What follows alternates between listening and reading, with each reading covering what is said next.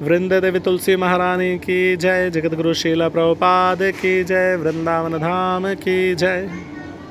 तो 18 पुराण में से एक पुराण है गरुड़ पुराण, और इस गरुड़ पुराण में बहुत सुंदर बात हमें बताई गई है। तो आज आप सबके साथ में शेयर करते हुए इस मैसेज को हमें बहुत ही प्रसन्नता हो रही है।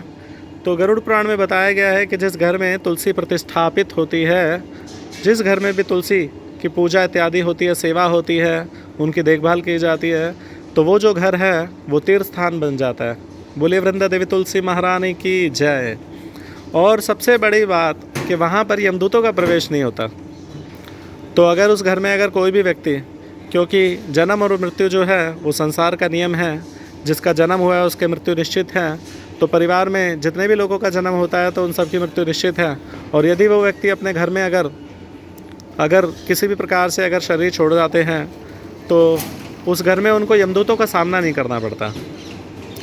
तो केवल और केवल ये सब संभव है तुलसी महारानी की कृपा से, उनके आशीर्वाद से। तो गरुड़ पुराण की इस शिक्षा के माध्यम से हमें इस बात को अपने जीवन में उतारना चाहिए कि अपने घर में जो है तुलसी महारानी लगाएं। और जो भी हमारे फ्रेंड्स हैं, फैमिली रिलेटिव्स हैं, उन सब के घर में भी उनसे भी प्रार्थना करें कि वो भी जो है अपने आंगन में, अपने घर में, अपने छत में, जहाँ पर भी संभव हो, आगे पीछे ऊपर नीचे सभी जगह घर में तुलसी महारानी को कहीं ना कहीं अवश्य स्थापित करें। और बताया गया है कि यमराज उस व्यक्ति को नहीं देख पाता जो तुलसी महारानी अपने कंठ में धारण किए रहता है। तो ये कितनी अच्छी बात है। इसीलिए वैष्णव लोग क्या करते हैं कि अपने गले के अंदर, अपने कंठ के अंदर तुलसी महारानी की माला को अपनी धारण करके रखते हैं। और शास्त्रों में तो ये भी बताया गया है कि जो भी व्यक्ति कंठित माला धारण करता है, तुलसी माला अपने गले में धारण करता है, और जब वो अपने सिर पर पानी डालता है, ठंडा जल डालता है, तो उसे क्या होता है कि सारे के सारे तीर्थ नदियों में, पवित्र नदियों में स्नान करने का फल उसे अवश्य प्राप्त होता है।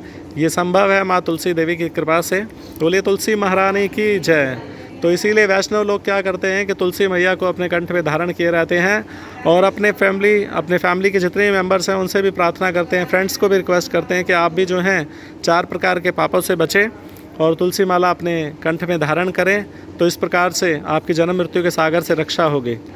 तो 4 प्रकार के जो पाप हैं वो शास्त्रों में बताए गए हैं कि हमें किसी भी पराई स्त्री या फिर पराये पुरुष का संग नहीं करना चाहिए, कोई फिजिकल रिलेशन नहीं होना चाहिए, और किसी प्रकार की मदिरा का सेवन नहीं करना।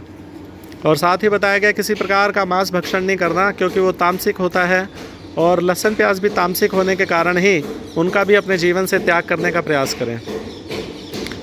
और किसी प्रकार का जुआ नहीं खेलना। तो इस प्रकार से हम पापपूर्ण कार्यों से बच सकते हैं, और भगवान विष्णु की कृपा से, तुलसी देवी की कृपा से अपने इस जीवन को समाप्त करके वैकुंठ लोक को प्राप्त कर सकते हैं। बोलिए जगत गुरु शीला प्रभुपाद की जय।